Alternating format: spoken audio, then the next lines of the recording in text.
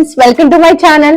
So ఈ రోజు special తాటికాయలు, తాటి రొట్టె, తాటి గారెలు, ఇంకా తాటి ఇడ్లీ, ఇలా డిఫరెంట్ చేసుకుంటాం కదా. సీజన్ బట్టి మనకి వేసవ కాలంలో తాటి ముంజులు వస్తాయి, అదే వర్షాకాలంలో అయితే తాటి కాయలు, ఇంకా తర్వాత శీతాకాలం వచ్చేసరికి తేగలు, నెక్స్ట్ బుర్రగుంజు.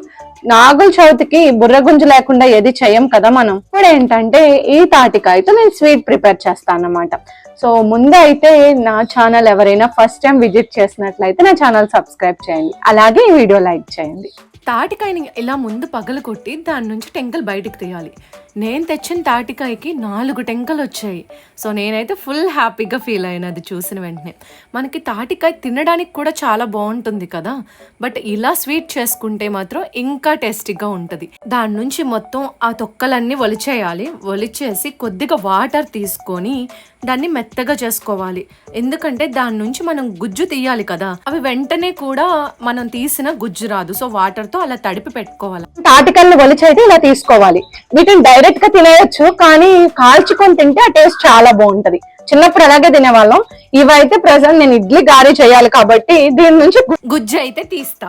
సో షార్ప్ గా ఉన్న డబ్బా లాంటిది కానీ లేదా గిన్నె లాంటిది కానీ తీసుకోవాలి. అలా షార్ప్ గా ఉంటేనే మనం బాగా గుజ్జు తీయగలం. ఇలా తీయడానికి మాత్రం చాలా పేషెన్సీ కావాలి. నాకైతే చాలా టైం పట్టింది, ఒక్కొక్కటి తీసి ఎంత టైం పట్టిందో. బట్ ఈగలు కూడా ఫుల్గా వస్తాయి తాటికాయలు అనేసరికి, కానీ టేస్ట్ కూడా చాలా బాగుంటుంది. నేనైతే మొత్తం కంప్లీట్గా తీసేసాను, చాలా టైం పట్టింది అది తీయడానికి. సో ఇంకా నేను తీయలేక మా మదర్కి ఇచ్చేసాను. మా అమ్మ కూడా మొత్తం దాన్ని తీసి పక్కన పెట్టుకున్నాం. సో గుజ్జు ప్రిపేర్ చేస్తున్నప్పుడు అది కొంచెం తింటే కూడా చాలా బాగుంటుంది. అది నార్మల్గానే తీయగా ఉంటుంది, బట్ మనం స్వీట్ చేసుకునేటప్పుడు కొద్దిగా బెల్లం యాడ్ చేసుకుంటే ఇంకా టేస్టీగా ఉంటుంది. అసలు అయితే తాటి గుజ్జు నార్మల్గా టెంకల్ని కాల్చుకొని తింటే చాలా బాగుంటుందంట. నేను చిన్నప్పుడు బాగా తినేవాళ్ళం అలాగా, బట్ ఇప్పుడైతే కాల్చుకోలేదు. నార్మల్గా కాల్చుకున్నవి డైరెక్ట్గా తినేయచ్చు, కానీ ఇక్కడ నేను గారెలు కానీ ఇడ్లీ కానీ వేస్తా అన్నా కదా, అందుకే నేను కాల్చకుండా పచ్చివే తయారు చేస్తున్నా అన్నమాట. సో ఇక్కడ వచ్చేసరికి ఇలా గుజ్జు ప్రిపేర్ అయిపోయింది. దీన్ని మనం ఫ్రిడ్జ్లో పెట్టుకొని ఎప్పుడైనా యూస్ చేయొచ్చు. ఒక 10 days వరకు అయితే నిలవ ఉంటుంది, తర్వాత పాడైపోతుంది. ఎక్కువ ఫ్రిడ్జ్లో పెట్టి తినకూడదు కదా. సో మనం 10 days వరకు అయితే దీన్ని స్టోర్ చేసుకొని తర్వాత యూస్ చేసుకోవచ్చు. ముందైతే గారెలు వేయడానికి ఫిక్స్ అయిపోయాను. గారెలు వేసేసరికి చాలా టైం తీసుకుంటుంది. ఇడ్లీ అయితే ఫాస్ట్గా అయిపోతాయి, అందుకే కొద్దిగా ఆయిల్ అయితే అవాయిడ్ చేసేద్దాం అనుకున్నా. ఎందుకంటే ఇది వేడయ్యే లోపు మనం మిక్చర్ని ప్రిపేర్ చేసేసుకోవచ్చు కదా. సో ఈ తాటి గుజ్జులో మనకి ఉప్మా రవ్వ యాడ్ చేసుకోవాలి. గారెలు వేసేటప్పుడు ఏంటంటే ఉప్మా రవ్వని యాడ్ చేయాలి. ఉప్మా రవ్వ ఎప్పుడు ఎక్కువ యాడ్ చేసుకోవాలి. సో ఎందుకంటే అవి గట్టిగా ఉంటేనే మనకి గారెల షేప్లో వస్తాయి. 1 కప్పు మనం గుజ్జు తీసుకుంటే 2 కప్పులన్నర ఉప్మా రవ్వ అయితే పడుతుంది. సో ఉప్మా రవ్వ అయితేనే గారెలకి టేస్టీగా ఉంటుంది. దాంట్లో బాగా వేసి మిక్స్ చేసేసుకోవాలి. సో ఇలా మిక్స్ చేసుకొని అది గట్టిగా అయ్యేంత వరకు మిక్స్ చేసుకోవాలి. సరిపోకపోతే ఇంకొద్దిగా యాడ్ చేసుకోవచ్చు. సో అది టెక్స్చర్ని బట్టి మనం మిక్స్ చేసుకుంటే సరిపోతుంది.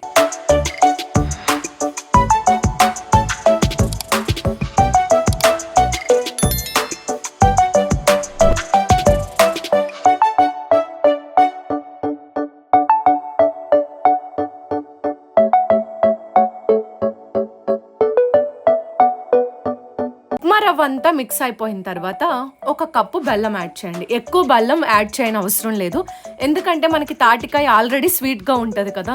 సో ఎక్కువ స్వీట్ తినాలనుకునే వాళ్ళు కొంచెం ఎక్కువ యాడ్ చేసుకోవచ్చు. అది నోట్లో పెట్టుకుంటే టేస్ట్ తెలిసిపోతుంది కదా ఎలాగో. సో ఎక్కువ తీపి తినాలి అనుకునే వాళ్ళు కొద్దిగా ఎక్కువ యాడ్ చేయండి, లేదా నార్మల్గా యాడ్ చేస్తే సరిపోతుంది.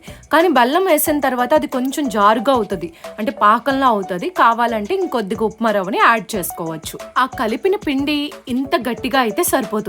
సో ఇలా ముద్దల్లా చుట్టి గారెల్లా చేసుకోవాలి. నార్మల్గా గారెలు ఎలా అయితే వేస్తామో అలాగే కవర్కి కొద్దిగా ఆయిల్ యాడ్ చేసేసి సో గారెల్ని పెట్టి వేస్తే సరిపోతుంది. దానికి అంటుకున్నట్టు అనిపిస్తే కనుక ఇంకొద్దిగా ఉప్మా రవ్వ యాడ్ చేయండి.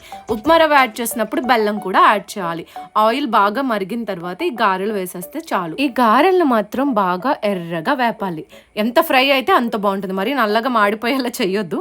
సో కొద్దిగా డీప్ ఫ్రై చేస్తే సరిపోతుంది, కానీ టేస్ట్ మాత్రం చాలా బాగుంటుంది. బాగుంటుంది. డైరెక్ట్గా వేడిగా ఉన్నప్పుడు తింటే టేస్ట్ అస్సలు తెలియదు. అదే బాగా చల్లారిన తర్వాత తింటే మనకి గారెలు చాలా బాగుంటాయి. తాటి గారెలు అంటే ఇంక అసలు తింటే ఒక్కసారి ఎవ్వరు వదిలిపెట్టరు, అంత టేస్టీగా ఉంటుంది. నార్మల్ గారెలు వేసుకొని మనం పాకంలో పట్టుకుంటే అవి కూడా బాగుంటాయి కదా, సో అంతకంటే బాగుంటాయి. తాటికాయ ఫ్లేవర్ వస్తూ బెల్లంతో స్వీట్గా చాలా బాగుంటుంది. నాకైతే చాలా చాలా ఇష్టం. అలా కంప్లీట్గా ఫ్రై చేసేసా. సో ఫ్రై చేసి మనం ఎక్కువసేపు ఉండకూడదు, కొద్దిగా ఉడికితే సరిపోతుంది, త్వరగా ఉడికిపోతుంది. ఉప్మా రవ్వ కదా, గోల్డెన్ కలర్ వచ్చేంత వరకు ఫ్రై చేసుకుంటే సరిపోతుంది. సో ఎప్పుడైపోతాయా ఎప్పుడెప్పుడు తినేద్దామా అని రెడీగా ఉన్నా. కానీ వేడివేడిగా తినడం వల్ల నాకు టేస్ట్ తెలియలేదు, అంటే స్వీట్నెస్ తెలియదు. సో చల్లారేక తింటే చాలా బాగుంటుంది. ఇలా డీప్ ఫ్రై అయ్యాక ఒక పేపర్ మీద తీసుకుంటే ఆయిల్ మొత్తం అది అబ్జర్వ్ చేసేస్తుంది, అప్పుడు చాలా టేస్టీగా ఉంటాయి. నెక్స్ట్ అయితే ఇడ్లీ అయితే చాలా ఫాస్ట్గా అయిపోతుంది, 5 నిమిషాల్లో అయిపోతుంది.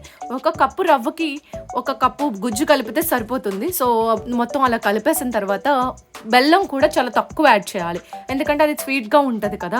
సో అందుకే బెల్లం కూడా ఒక పావు సగం యాడ్ చేస్తే సరిపోతుంది. అవన్నీ యాడ్ చేసి మిక్స్ చేయాలి. ఇది మనకి కొద్దిగా పలచగా ఉంటేనే బాగుంటుంది, ఇడ్లీలు కాబట్టి త్వరగా ఉడుకుతాయి. అదే గట్టిగా చేస్తే ఇడ్లీలు రాయిల్లా అయిపోతాయి. సో పలచగానే ఉండాలి పిండి. బాగా మిక్స్ చేసేసి నార్మల్ ఇడ్లీలు ఎలా అయితే వేస్తామో అలా వేయడమే.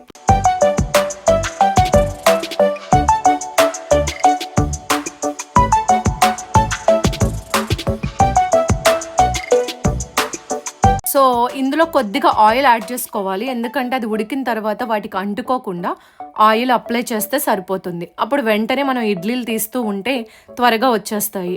సో మొత్తం అన్నిటికి కూడా ఆయిల్ కొద్దిగా యాడ్ చేస్తే సరిపోతుంది, ఎక్కువ ఆయిల్ కూడా వేయనవసరం లేదు. సో ఇలా యాడ్ చేసుకొని ఆ రవ్వ ఏదైతే కలిపామో దాన్ని ఇడ్లీ లాగా పెట్టుకోవడమే. నార్మల్ ఇడ్లీలు ఎలా పెడతామో అలా, మరీ ఎక్కువగా కాకుండా కొద్దిగా పలుచగా పెట్టుకుంటే బెటర్. సో అప్పుడు ఈజీగా ఉడికిపోతుంది, టేస్ట్ కూడా బాగుంటుంది. ఇది కూడా మన ఇడ్లీ పాత్రలో వాటర్ వేస్తాం కదా, అలాగే వాటర్ యాడ్ చేసి దానిపైన పెట్టేసి మూత పెట్టేయడమే. సో 5 నిమిషాల్లో ఉడికిపోతుంది, టేస్ట్ కూడా చాలా బాగుంటుంది. ఇడ్లీలు కూడా చల్లారిన తర్వాత తింటేనే మనకి బాగుంటాయి. సో ఆయిల్ అప్లై చేసాం కదా, మనం తీయగానే ఈజీగా వచ్చేస్తాయి, ఆ రేకు కంటుకోకుండా ఈజీగా వస్తుంది. ఇడ్లీ చాలా స్మూత్గా చాలా స్వీట్గా ఉంటుంది.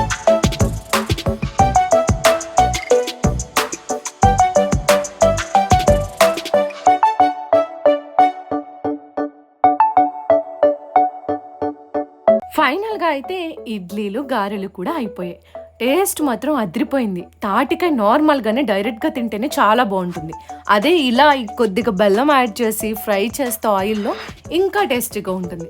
నాకైతే చాలా నచ్చేసింది. మీకు కూడా ఈ వీడియో నచ్చితే లైక్ చేయండి, నా ఛానల్ సబ్స్క్రైబ్ చేయండి. Thank you for watching.